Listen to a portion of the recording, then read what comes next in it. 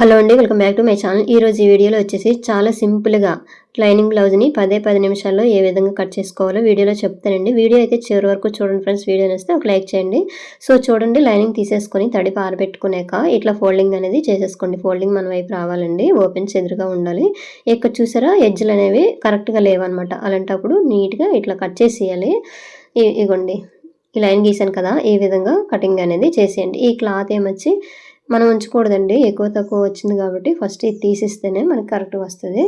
So next వచ్చేసి ఇగోండి, ఇక్కడట ఖర్చుకి తర్వాత బ్లౌజ్ హైట్ పెంచమన్నారు. ఇక్కడ పెంచామన్నమాట. హైట్ అనేది ఎప్పుడైనా పెంచేటప్పుడు ఈ కిందని మాత్రమే పెంచేసుకోవాలండి.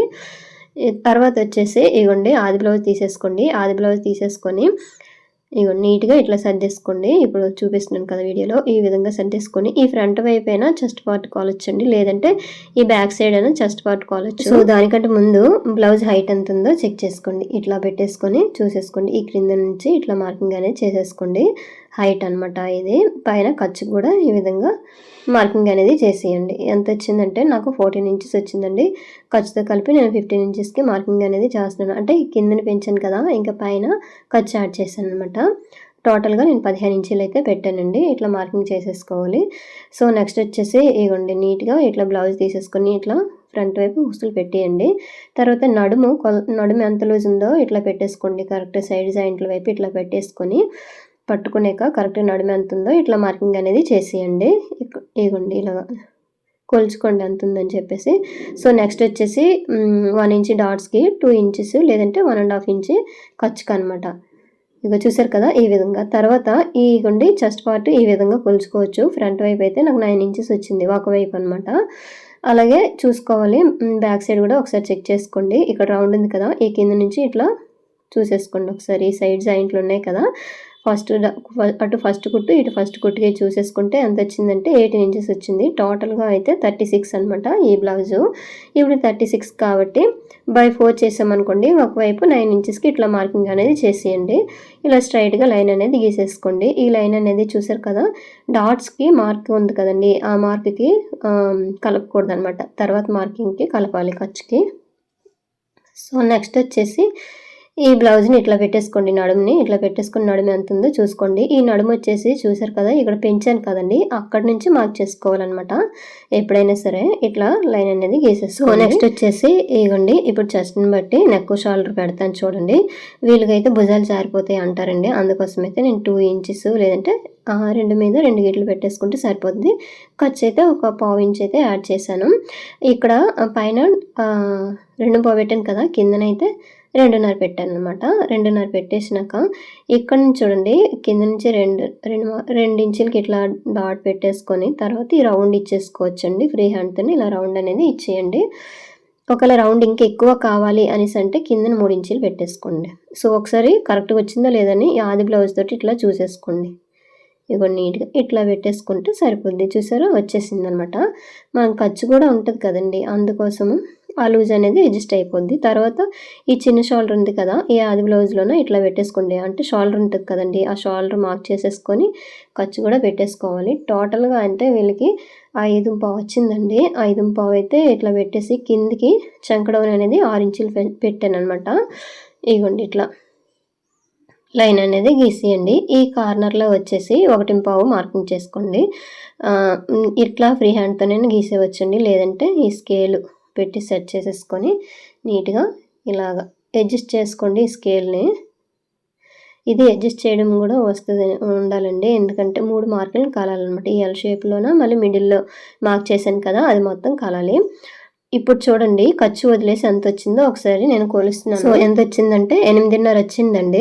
ఇప్పుడు ఆది బ్లౌజ్ తీసేసుకోండి. ఆది బ్లౌజ్ తీసేసుకున్నాక ఈ బ్యాక్ సైడ్ అనమాట కరెక్ట్గా ఇట్లా పెట్టేసుకోండి. ఈ విధంగా అనమాట, మనము బ్లౌజ్ ఏ విధంగా రౌండ్ ఉంటుందో అట్లా పెట్టేసుకొని ఈ పైన షోల్డర్ దగ్గర నుంచి ఇక్కడ ఫస్ట్ కుట్టుంది కదా, ఇంతవరకు చూసేసుకోండి. ఇది కూడా సేమ్ 8.5 వచ్చిందండి, అందుకోసం నాకైతే సెట్ అయిపోయింది.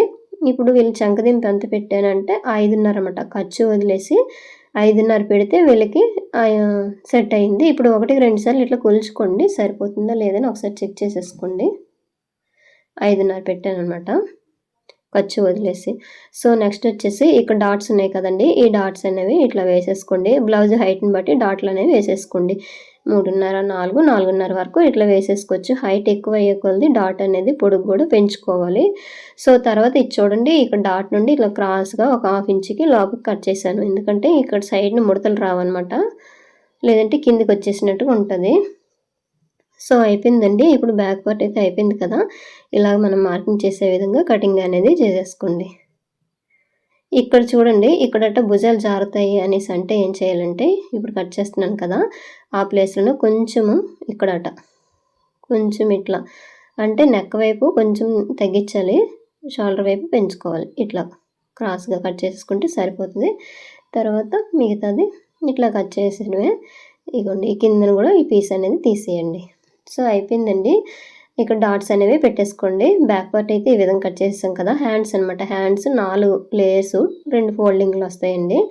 ఇక్కడ పైన 2 లేయర్స్కి అయితే నేను జాయింట్ అనేది వేస్తాను. ఈ కింద చూసారా ఎక్కువ తక్కువ వచ్చింది కదా, ఈ క్లాత్ అనేది తీసేయండి. ఇక్కడ నీట్గా పెట్టేసుకుని ఆ క్లాత్ తీస్తేనే మనకి కుదురుతుందండి, లేకపోతే కుదరదు. పైపింగ్ వేయాలంటే ఒక 1/2 ఇంచు ఇట్లా మార్క్ చేసుకోండి. ఇక్కడ చెప్తాను చూడండి, వీళ్ళ హైట్ పెంచమంటే ఇక్కడ పెంచేసుకోండి. ఇక చూసారు కదా. లేదు హెమ్మింగ్ చేయాలంటే ఇక్కడట 1 ఇంచ్ అయితే ఖచ్చితంగా, లేదంటే 1.5 ఇంచ్ అయితే పెట్టేసుకోవాలండి. ఇదిగోండి, హెమ్మింగ్ చేయాలంటే ఇట్లా పెట్టేసుకొని హైట్ కొంచెం పెంచేసుకోవాలన్నమాట. మీకు అర్థమైందా? ఫస్ట్ నేను పైపింగ్ వేయాలంటే కిందన మార్క్ చేశాను, హెమ్మింగ్ పెంచాలంటే మళ్ళీ మార్కింగ్ అనేది చెప్పాను. తర్వాత ఫోల్డింగ్ చేసి మనం హెమ్మింగ్ చేయాలంటే 1.5 పెట్టేసుకోవాలని చెప్పాను అనమాట. సో నెక్స్ట్ వచ్చేసి హ్యాండ్ పొడుగు తీసేసుకోండి, ఖర్చుతో కలిపి అనమాట. ఖర్చు కూడా పెట్టండి, ఎంత ఉందో ఒకసారి చెక్ చేసేసుకోండి. ఇదిగోండి, ఇదైతే నాకు 9.5 ఇంచీలండి హ్యాండ్ అనేది ఉంది. ఇట్లా స్ట్రైట్గా లైన్ అనేది గీసేయండి. సో చంకదింపు వచ్చేసి 3.5 ఇంచీలు అనేది పెట్టానండి. తర్వాత ఇక్కడట ఇందాక చెప్పాను కదా, ఆర్మ్ రౌండ్ ఎంత వచ్చింది, 8.5 వచ్చింది ఒకవైపు అనమాట.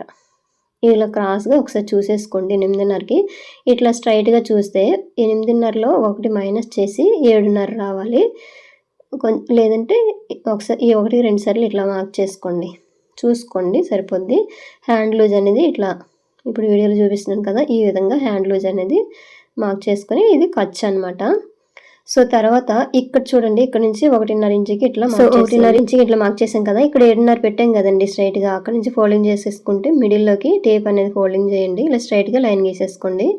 ఇక్కడ నుంచి ఎంత ఉందో అంతవరకు ఇట్లా ఫోల్డింగ్ చేసుకొని ఇక్కడ ప్లస్ లాగా వేయండి. వేస్తేనే మనకి ఇక్కడ 1.5 నుంచి ఇట్లా కలుపుకొని ఇలాగా వెళ్ళిపోండి. ఈ ప్లస్ గుర్తు పైనుంచి అనమాట వెళ్తేనే ఆ కర్వ్ అనేది తిరుగుతుంది, షేప్ అనేది నీట్గా వస్తుంది. ఇలా చూసారా, ఈ విధంగా అనమాట. ఫ్రీ హ్యాండ్తోనే వేసేవచ్చండి, లేదంటే 1 ఇంచ్ పైన మార్క్ చేసుకొని అయినా కట్ చేసుకోవచ్చండి. రౌండ్ స్కేల్ పెడితే సేమ్ అదే విధంగా వచ్చేస్తుంది. ఇక్కడ చూసారు లో కటింగ్ కూడా 1 ఇంచ్ నుండి ఇట్లా లోపల సైడ్ తీసేసాను, మార్క్ చేశానండి. ఇప్పుడైతే నేను కట్ చేయను, జాయింట్ ఉంది కదా, ఈ జాయింట్ వేసేసాక అప్పుడు నేను లో కటింగ్ అనేది తీస్తాను.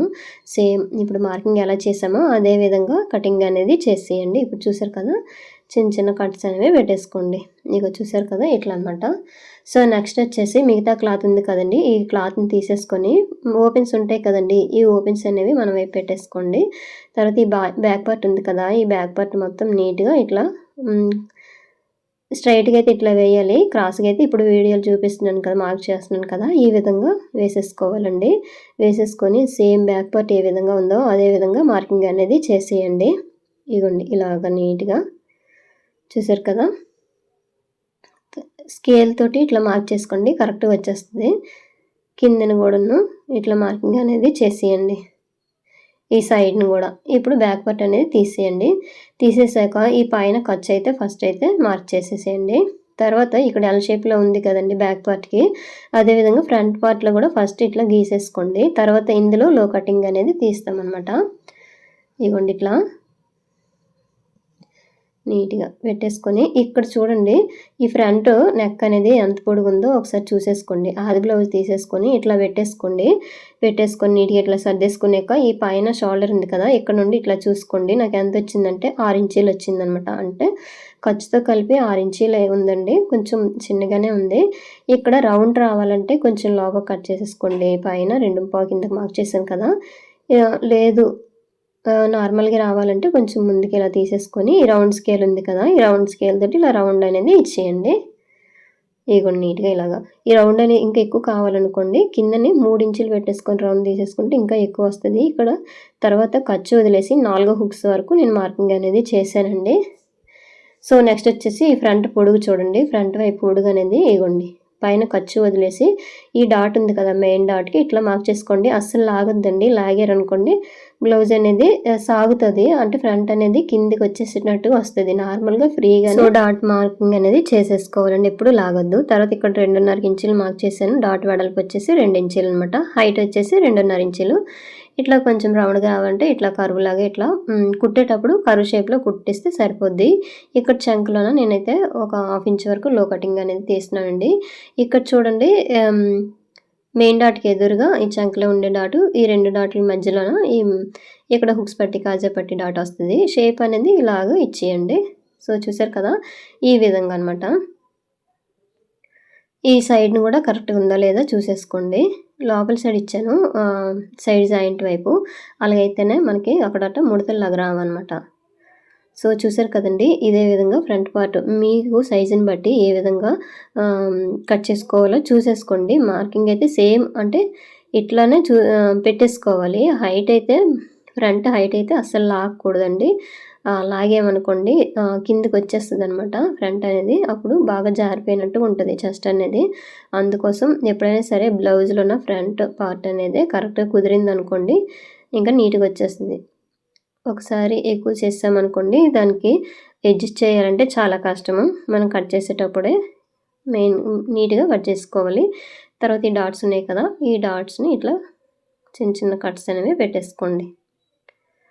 సో ఈ విధంగా అనమాట. ఇగోండి ఫ్రంట్ అనేది రెడీ అయిపోయింది కదా! ఇగోండి ఇది బ్యాక్ పార్ట్. నెక్స్ట్ హ్యాండ్స్ తీసేసాను. తర్వాత మెయిన్ క్లాత్ మీద పెట్టేసి కట్ చేసుకోవడమే. ఇగో చూసారు కదా! ఇంతేనండి వీడియో. వీడియో నచ్చితే లైక్ చేయండి. Thank you.